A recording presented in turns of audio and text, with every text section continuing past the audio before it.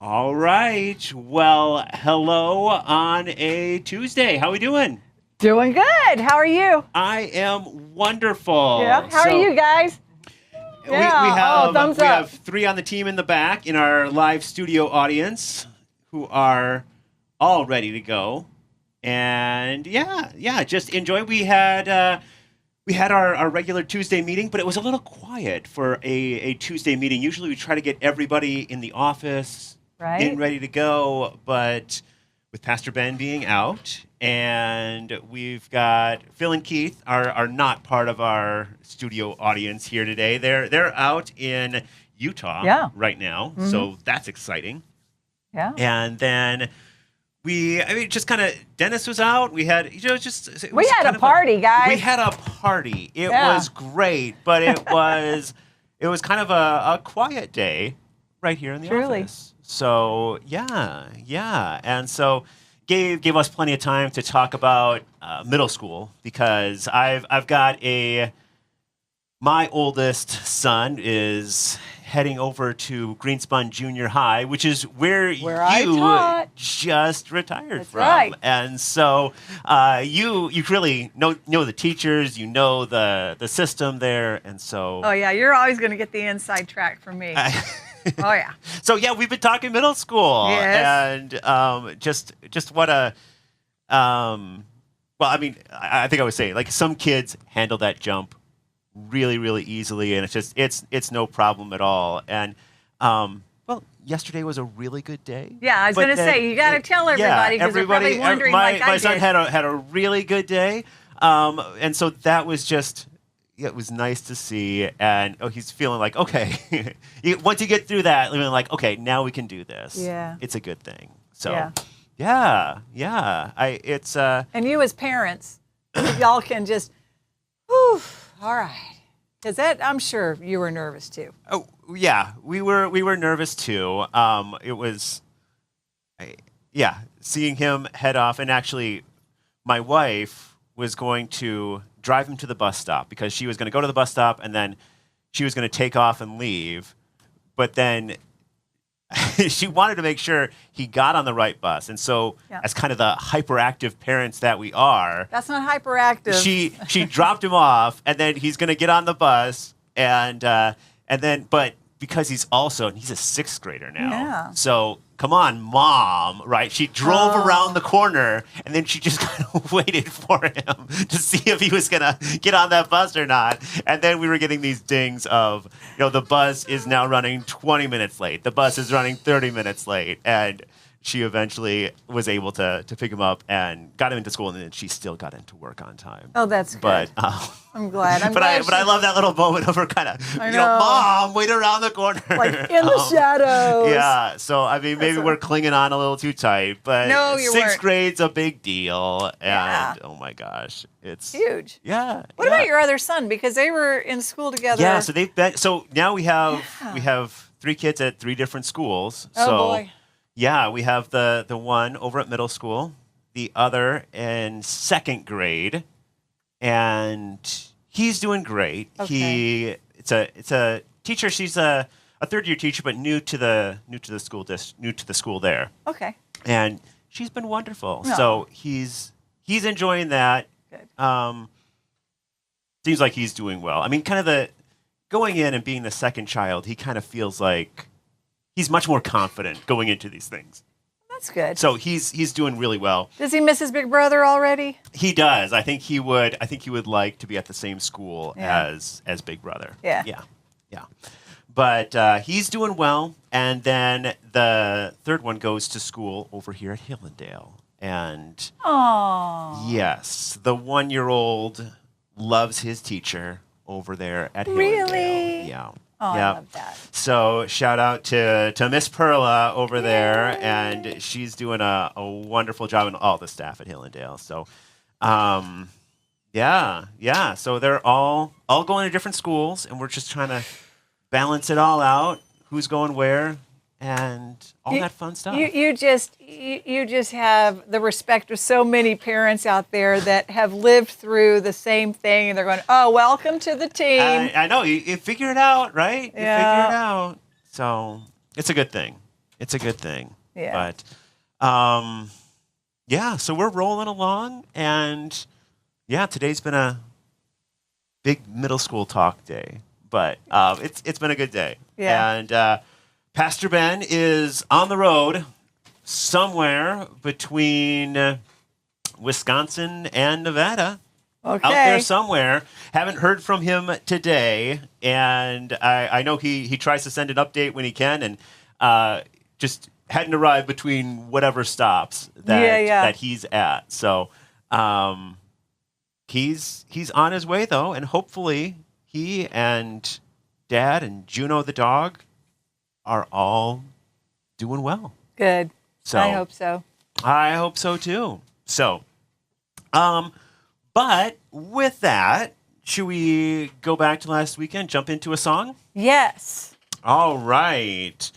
Well, why don't we do that? Are we all ready back there? All right. My heart and take my pain like an empty bottle that takes the rain and heal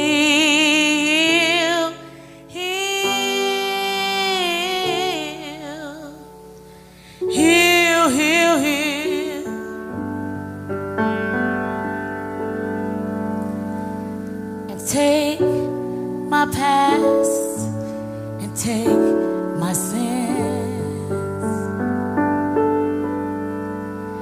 like an empty cell that takes the wind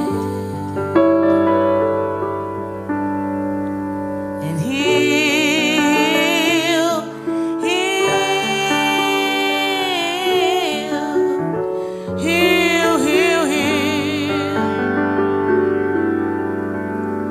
and tell me some things last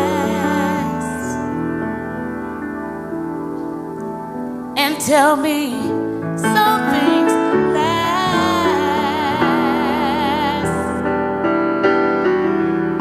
Tell me some things last.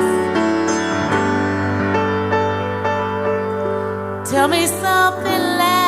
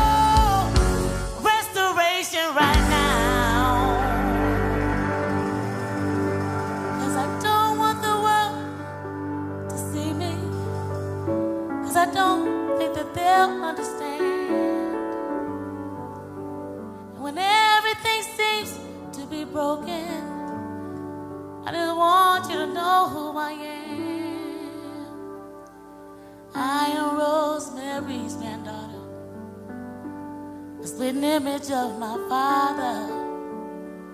And when the day is done, my mama's still my biggest fan. Sometimes I'm clueless and I'm clumsy, but I know God still loves me. He's all a part of me.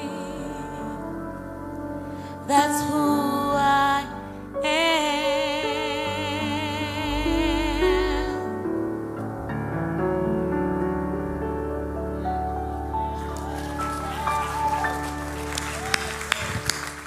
Amen. Amen. Wow. So that was Sky Miles, and she sang "Heal" right there. With some of that was just Sky too. Yeah, that's she pretty cool. just was singing what's on the heart in that moment. And Beautiful. yeah, I know. At 11 o'clock, she sang that one, and that was one where you just kind of felt it in the room. She was singing what's on the heart. Had the Spirit coming through her. Spirit coming through her, and she sang that song. So, but the song "Heal" too. I don't know if you'd heard that one. I've never heard that song before. I hadn't. And really a beautiful one though, and just this calling to reach out to heal and to find that healing in all levels of our lives. It's a song that was originally written by an English songwriter and pianist, Tom Odell, in 2013. And so I guess a lot of his music reads like a diary entry, is the way it's described. And so That's interesting. but powerful, really. And I certainly felt that power in the song of somebody who's really searching and really finding that place there. In Jeremiah chapter 17 has this verse, "Heal me, O Lord, and I will be healed. Save me, and I will be saved, for you are my praise." And Jeremiah is known as being this prophet who is he's known as the weeping prophet, because he just can't seem to pull out of the desperation that he's in. He tries to share God's message with the people, with the king, with everybody, and everybody they get mad at him. They throw him into empty cisterns. They're just done with this guy, and nobody wants to hear it. And you can just kind of see reading his book, and it's a complicated book. It's not necessarily written in linear order, so it's kind of a poem here, a poem there, and they're kind of all over the place. So it's kind of hard to read, but at the same time, you see this person who's exasperated and who's trying to figure life out, who's trying to share these messages, but really just can't get anywhere. And he's weeping, he's broken. But this verse about asking for healing and to find that healing. And there's a point where he's kind of given up. He's been thrown into this empty cistern where they kept water, and he's been left there to die. And the one person who comes up to him is this Ethiopian man who was there as a slave, as a servant of the king, something like that. And that guy is able to, his name is Ebed-Melech, and he goes in and he pulls Jeremiah out of the cistern. And it's one sign of hope in there, that Jeremiah, you're not in this on your own. Yeah. And you have a place, and find that healing. This is all fascinating to me, Yeah. because I'm sitting here listening and I'm going, I remember I remember reading the book of Jeremiah, but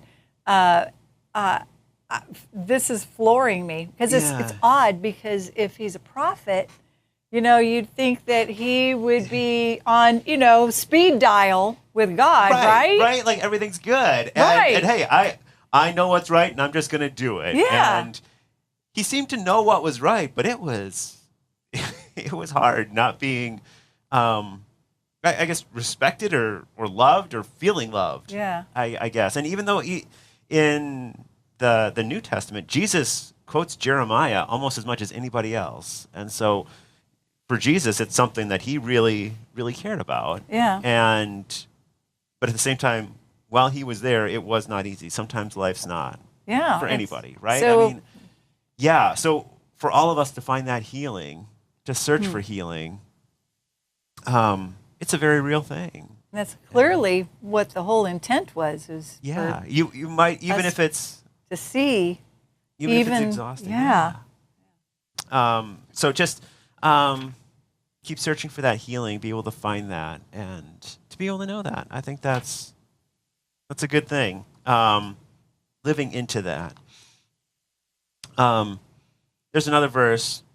It says, "And heal, heal, heal, and take my past, take my sins." And originally, the song, as I understand it, was not meant to be taken as a Christian song, but still to have that line, a very strong influence there of, can you let go of my past? And for anybody to be able to let go of whatever's in their past, whatever sin or whatever thing that we're holding on to that's holding us back, and to be able to live into that. And certainly one of the, it's a more famous passage from Psalm 51. "Have mercy on me, O God, according to your unfailing love. Blot out my transgressions. Wash away all my iniquity. Cleanse me with hyssop, and I will be clean. Wash me, and I will be whiter than snow." And so all of that cleansing, "create in me a pure heart, O God, and renew a steadfast spirit within me, and cast me not from your presence, or take your Holy Spirit from me, and restore unto me the joy of your salvation, and grant a willing spirit within me." Well, that just says everything. That's yeah, like everything in one. All right there. Okay, but wait, what is hyssop?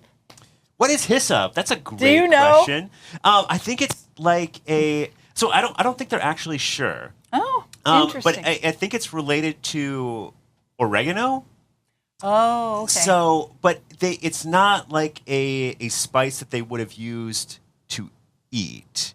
I had to look this up at some point too. But it's like oregano, these leaves that are really tight together, and you can dip that in water, and then you have multiple chances to sprinkle things with it. Okay. And that was just connected to cleansing. Yeah. I mean, I think they also did that with blood, which I don't. Oops. That gets a little intense for us. Yeah. If you cleansing things with hyssop, but water, something that you kind of can go into a room, and then it would bring that, just bring a cleansing moment. And I think it's related in the New Testament when they gave Jesus a sponge of sour wine. They put it on a branch of hyssop. Oh. Which hyssop is all over, and it's mentioned all over as cleansing, and then it's just there's that extra significance to that they're taking that hyssop and they're putting it on there, bringing it up to Jesus right there. Well, the whole psalm is very powerful. Yeah, the whole thing is, but it's all about that "created me a clean heart" is a very prominent line, but that. Take my past, take my sins. And then through the song,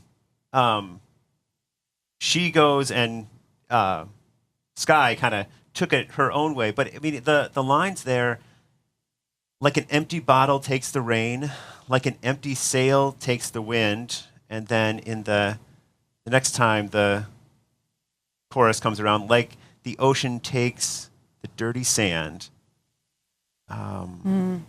And then again, like an empty bottle takes the rain.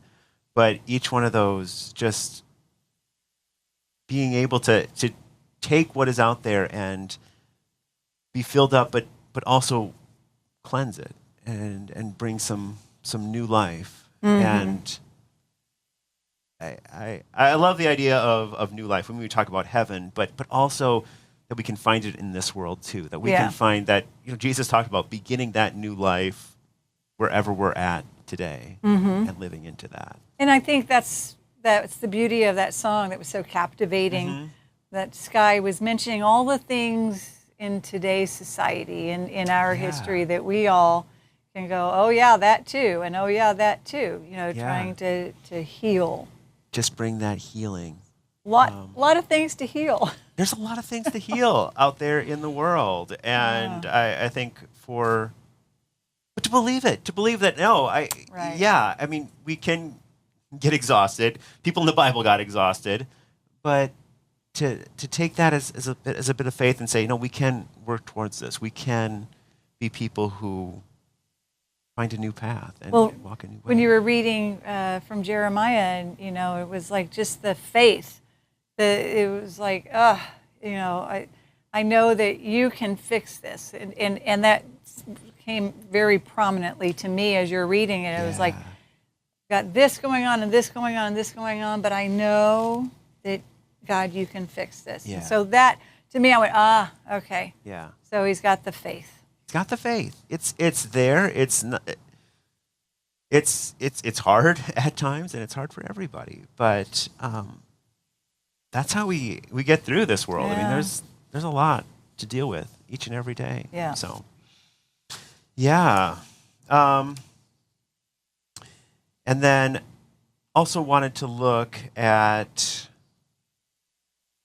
when she has this line, and it's a line that gets repeated in the song, and tell me some things last. So she's been talking about, all these things, heal my past, heal, and tell me some things last. Tell me that there's something that lasts out there in this world, because to have that faith in new life, it's like we need something to be able to cling on to, and we need someone.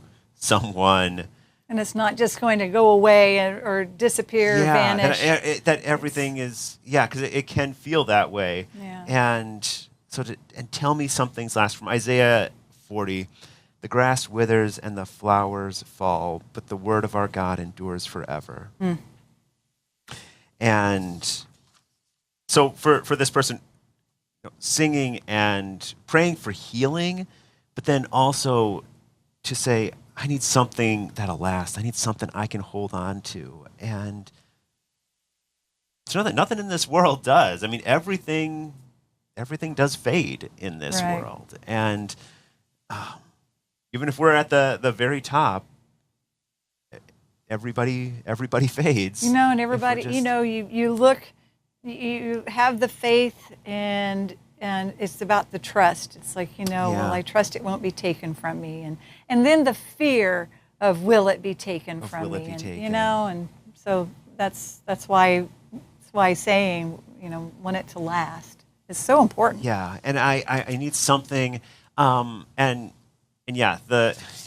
word of the Lord endures forever, but also that our God is the same, Jesus Christ is the same yesterday, today, and tomorrow, and that we can hold on to that, live into that, and be able to trust that. So I think that is something beautiful for all of us, be able to hold on to and know that. Yeah, it gives you solace, peace. Yes, because everything is going to fade away, but we'll be able to trust and live into that deeply. So, well, very good. All right. Well, off we go. But thank you for taking the time to join us today, and we are thankful that you are with us. But no Bible study this week. Pastor Ben will be back at the end of the week, hopefully. I don't think he'll make it in by Thursday, but he will be here on Sunday, and so just keep him in prayers with travels and all of that. But otherwise, we're going to say so long for now, and we'll see you on Thursday.